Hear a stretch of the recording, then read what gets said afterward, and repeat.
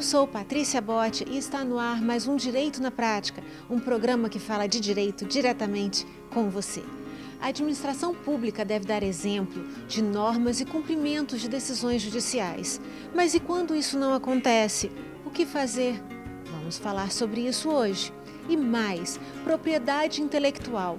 Quem tem direito sobre as invenções? O empregado ou o empregador? Acompanhe agora no Direito na Prática.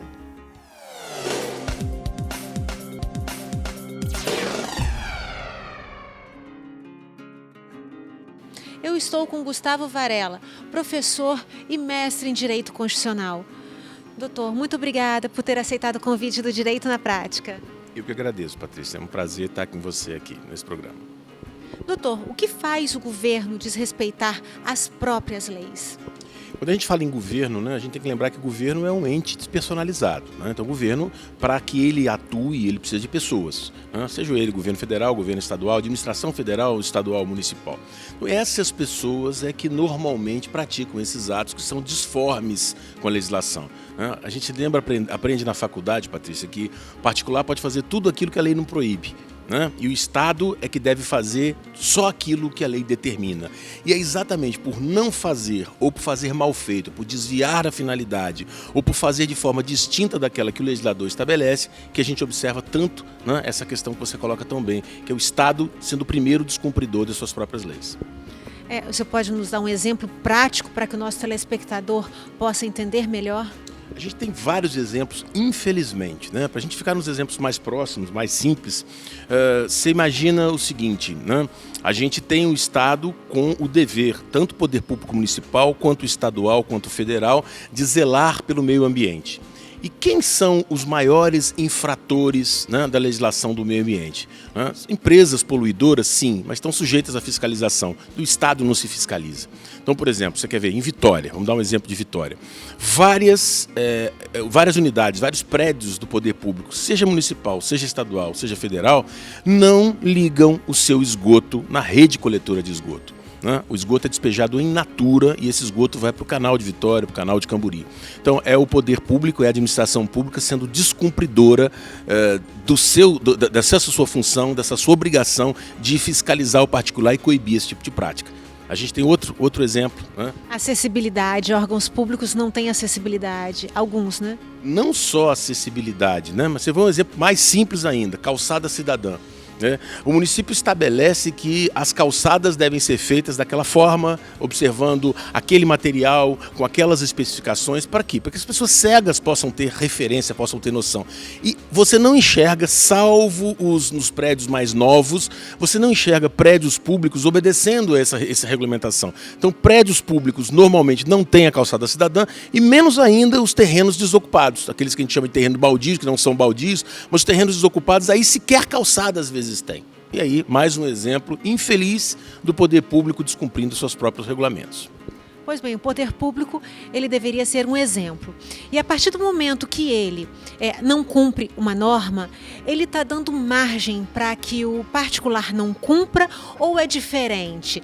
O poder público ele não cumpre e fica por isso mesmo, o particular ele infringe a norma e é penalizado. É mais ou menos por aí? Tem uma frase interessante, até de um ditado popular, que diz assim, que a palavra convence e o exemplo arrasta. Uma criança, por exemplo, que vê o seu pai agredindo a sua mãe, por mais que ele tenha amor por esse pai, por mais que ele se convença ou queira se convencer que aquilo é uma situação episódica, por mais que ele veja na sua escola, na sua igreja, na comunidade que ele convive, as pessoas dizendo que essa é uma prática, que esse é um comportamento criminoso, ele vai sublimando essa conduta do pai. Então a chance dele vir a se tornar um adulto agressor por conta do exemplo que ele teve em casa é muito maior. De igual forma, a gente verifica o seguinte, quando o cidadão percebe que o Estado descumpre os seus próprios regulamentos, o Estado descumpre aquilo que efetivamente ele deveria fazer cumprir, ele começa a perceber, se sentir um idiota.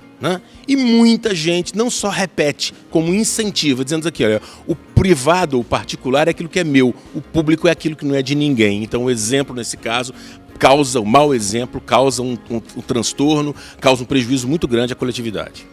Quem que se responsabiliza pelos prejuízos causados pelo não cumprimento de uma norma pelo poder público? Quando o ato em si, né, o ato infracional, o ato ilícito causado por um agente público, ele causa um prejuízo direto a um particular, o Estado tem a responsabilidade. A responsabilidade objetiva, uma vez verificada a ilicitude e a extensão do prejuízo, o Estado que é condenado, vamos dizer assim, se o processo chegar à justiça, ou se determina, né, pela própria administração que o Estado ressarça. Quando essa conduta, né, quando esse ato infracional tiver atrelado à conduta de um agente público e essa conduta for considerada culposa, né, ou for considerada responsável definitivamente por esse prejuízo, o Estado tem o direito de regredir, né, de regresso contra esse funcionário para se ressarcir. Isso quando se trata de um interesse, ou de um interesse de um particular violado. Agora, quando há um interesse coletivo, como, por exemplo, uma norma que estabelece um determinado tipo de fiscalização que impeça uma construção num terreno sujeito a enchente, sujeito a intempérie, e essa norma, essa fiscalização não é cumprida. Nós estamos vendo aí diversas e diversas áreas municipais no Brasil inteiro não edificáveis e que são ocupadas, as famílias constroem as suas casas com a condição que elas têm. Muitas casas são de alvenaria, muitas casas são de madeira, muitas casas são simplesmente madeiras com plásticos por cima, e aí ocorrem enchentes, aí ocorre incêndios, aí ocorre um sem número de problemas, de tragédias urbanas que afetam essas pessoas que não deveriam ter sido afetadas porque não poderiam estar aí. Então, numa situação como essa, se há demonstração de que houve omissão do poder público, omissão de um agente público, ou então isso decorreu de algum tipo de vantagem que esse fiscal ou que ele recebeu para não cumprir a sua função, ele pode estar sujeito às ações criminais e principalmente às ações de improbidade, né? Que é como o Estado responsabilizando alguém por um prejuízo coletivo e obtendo, né, ou visando obter ou da multa ou do ressarcimento que essa pessoa é condenada ao final de um processo, a reparação por esse dano causado à coletividade. Nós vamos continuar conversando, mas agora nós vamos dar uma parada para os comerciais e voltamos já já. Direito na Prática, com Patrícia Botti. Oferecimento Vitória Esportes. Grupo Ponto 1. Pratique. FDV, a Faculdade de Direito de Vitória.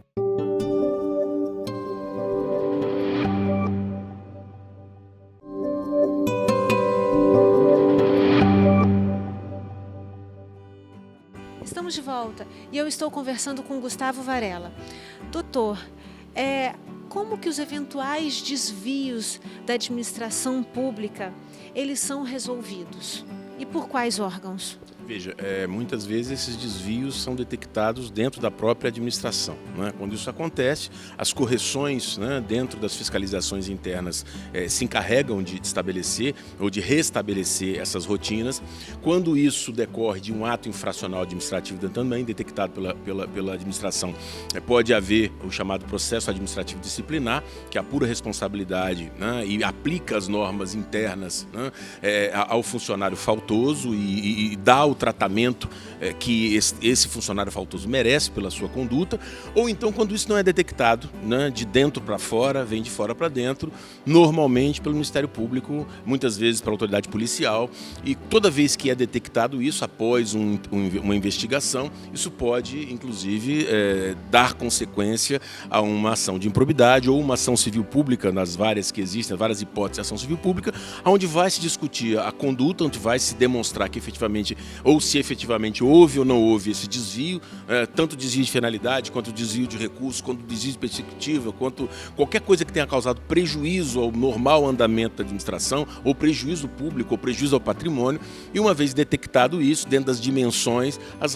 a lei estabelece uma série de sanções que vão desde uma advertência, uma suspensão, pode passar inclusive pela proibição de contratação com serviço público, a exoneração e evidentemente as multas e as penas e os ressarcimentos que se mostrarem justificáveis se esse prejuízo for quantificado. Chegando no judiciário, pode acontecer do poder público não cumprir o determinado judicialmente. E aí, o que acontece?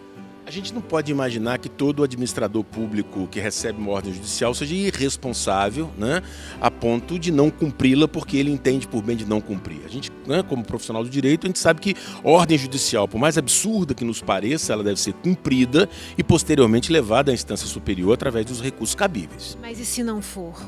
O que acontece com o poder público? Bom, cabe ao interessado direto desta ordem, do cumprimento dessa ordem, muitas vezes o particular ou às vezes um próprio órgão público, o Ministério Público, levar ao conhecimento da autoridade judiciária. Essa autoridade judiciária pode então determinar, às vezes até mesmo, dependendo do tipo de conduta, o descumprimento de ordem pública pode gerar até a detenção dessa pessoa, o encaminhamento para as vias penais, ou evidentemente o Estado, o judiciário se substitui ao Estado, né? Aquele ato que ele determinou fazer, o Estado, o juiz determina que seja feito, determina que seja considerado como realizado, o que acontece muito nos mandados de segurança. E o Estado, ele pode responder por danos morais?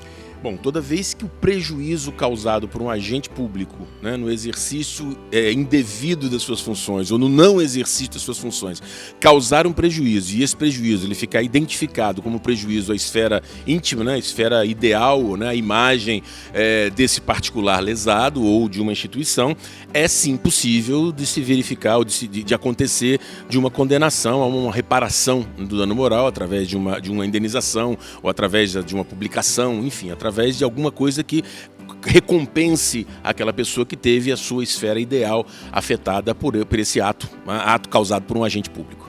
O cidadão, quando ele percebe nitidamente, como no caso de um órgão não ter um prédio não ter acessibilidade, como um lixo jogado indevidamente, como que o cidadão pode fiscalizar? Como que o cidadão pode ajudar nesse sentido?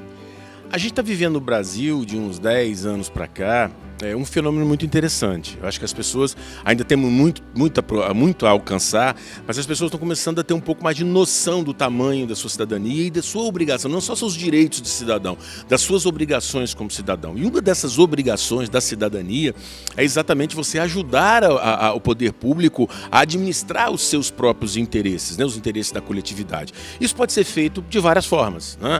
Ajudar a fiscalizar, e a gente conhece órgãos, por exemplo, como a transparência capixaba, que faz um trabalho todo, as contas públicas, as contas em aberto, enfim, faz um trabalho de fiscalização econômica, financeira, contábil dos órgãos públicos. Você tem uma série de associações que fazem esses trabalhos. Recentemente a gente teve a Ordem dos Advogados, né, do Espírito Santo ajuizando uma ação com um pedido de tutela de urgência, impedindo a majoração do pedágio da empresa, da concessionária que administra a rodovia e cobra esse pedágio, ao argumento de que, olha, se o contrato não vem sendo cumprido, né, se o que se determinava, o que se combinava, o que se combinara de duplicação de rodovia, se fez sequer, não chegou a sequer fazer 10%, não há justificativa para o reequilíbrio econômico do contrato se dá pela majoração. Então a Ordem, inclusive, prestou, como normalmente a Ordem presta, um serviço imenso à sociedade. E vários outros conselhos podem fazer isso dentro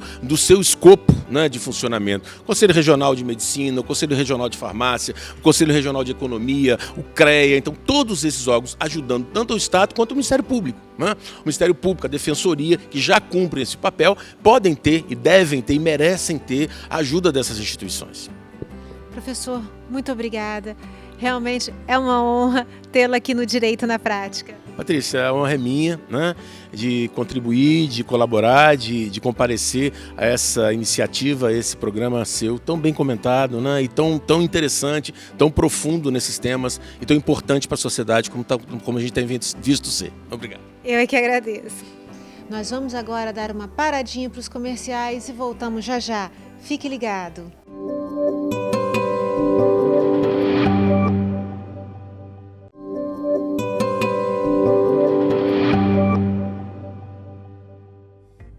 Cada vez mais chegam à Justiça ações envolvendo a disputa entre empresa e empregado pelo direito de uma invenção. Pode ser uma fórmula, um desenho, um software, uma ideia. Conforme a lei que trata da propriedade intelectual, 9.279 de 96, o inventor sempre terá direito moral sobre sua criação. Porém, quando isso envolve uma relação de trabalho, o direito pode passar à empresa.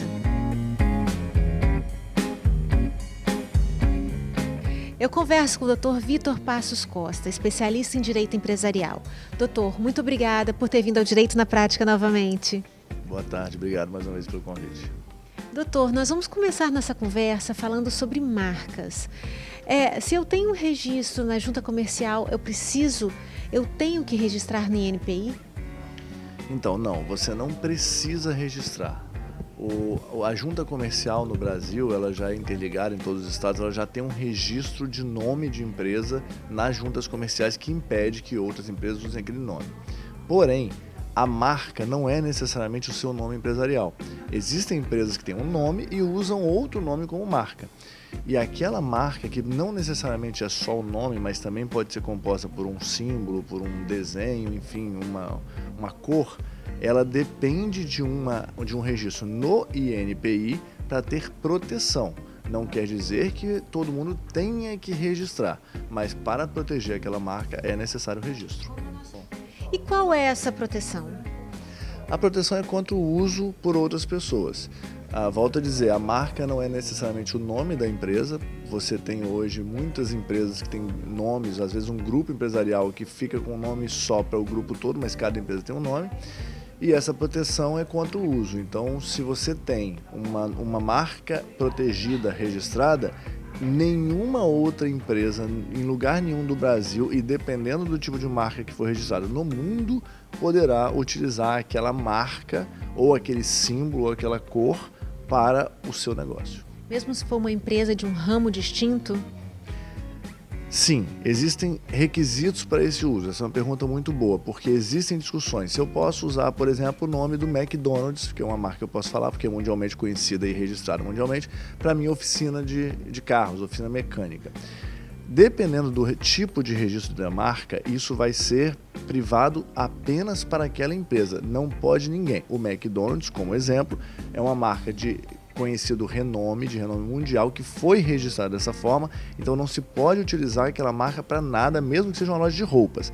Agora, dependendo, obviamente, de um registro um pouco menos rigoroso, que é possível também no INPI, aquela marca será usada para aquela área de atuação da empresa, e outras empresas em outras regiões até do país ou do estado e com outras áreas de atuação poderão usar aquela marca. Depende do tipo de registro que você pede.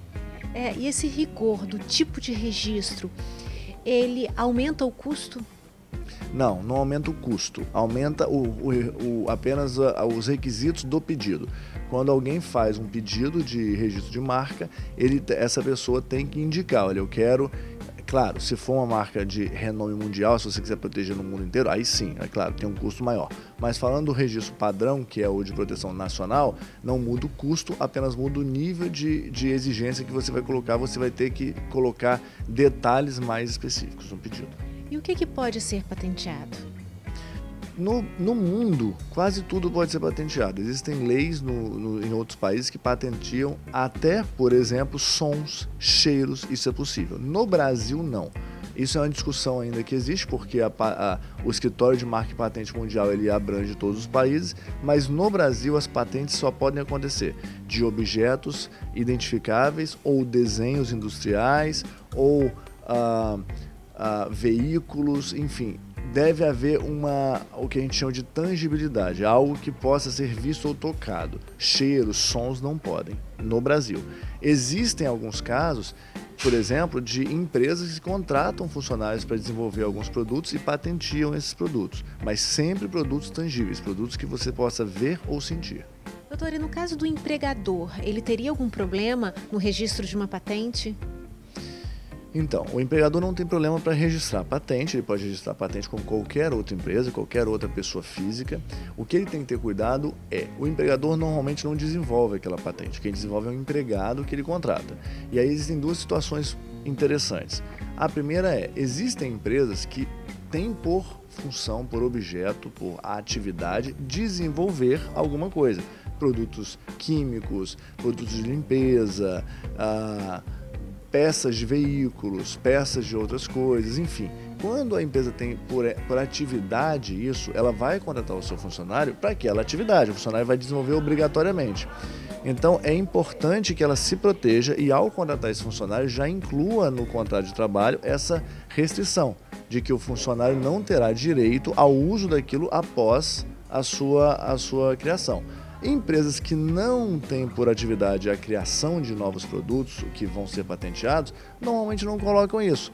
E aí é o perigo, porque se o funcionário, na sua atividade normal, acabar por criar uma ideia, desenvolver algo, ele vai poder usar sem que a empresa tenha direito. Lembrando, o direito de uso de uma patente ou de um produto é, em princípio, de quem o cria, não é de quem o registra.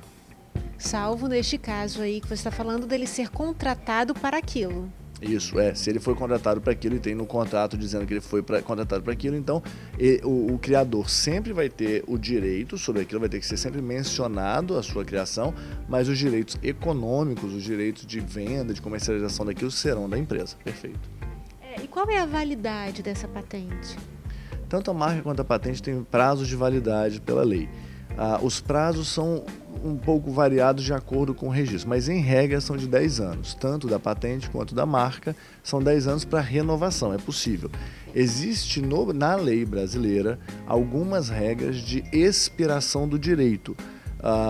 Dando exemplo, existem músicos brasileiros como Vinícius de Moraes, Tom Jobim, que já morreram, que não produzem mais músicas, que tem as suas músicas patenteadas, a sua família, e aí não é só patente, tem também a regra de direito autoral que entra aí, as famílias recebem por isso, mas a partir de um certo período, que em alguns casos é de 30 anos, outros de 50 anos, aquele tipo de criação, ou enfim, direito que foi registrado, ele ganha o que a gente chama de publicidade, ou seja, pode ser executado de forma pública e, portanto, sem pagar o direito. Isso acontece com a patente e com os direitos autorais. Então, em princípio, 10 anos é a regra geral e aí vai divergir de acordo com o pedido, de acordo com o tipo de registro. E não efetuando o pagamento dessa renovação, perde-se? Sim, perde. Se você não renovou, aí a marca também, não só a patente e o direito autoral. A marca é a mesma coisa. E agora uma pergunta que eu acredito assim, que quem está nos assistindo e quer patentear deve estar doido para saber quanto tempo demora. E aí nós temos a resposta que é quase uma pergunta. Não sei, não depende. Não, brincando, olha só. Não existe um prazo. Não existe um prazo quando se pede um registro de marca, de patente, até de direito autoral mesmo, vai depender muito do trâmite do processo no Instituto no INPI, no Instituto de Propriedade Intelectual. O que nós temos de prazos definidos, como eu falei, a partir do momento em que existe o registro já deferido, então começa a contar 10 anos, isso é definido. O pedido de registro, ele pode demorar menos, ele não costuma ser muito demorado. Eu diria aí que algo em torno de 1 ano e meio, 2 anos, um registro costuma ser deferido. O problema é que muitas vezes existe o que a gente chama de oposição, que é exatamente quando aquilo se torna um processo. Por quê? Porque alguém que acha que aquele direito autoral ou aquela patente ou aquela marca não é correta ou não deveria ser registrado ou aquela pessoa já usa, entra com a oposição, alega que aquilo ali não pode. Aí vira um processo com necessidade inclusive de advogados e tudo, e aí então pode e deve demorar muito mais. Sem a oposição, se a marca for pedida e não houver nenhuma dificuldade, em tese até uns 2 anos deve ser registrado. Esse processo é um processo judicial ou administrativo?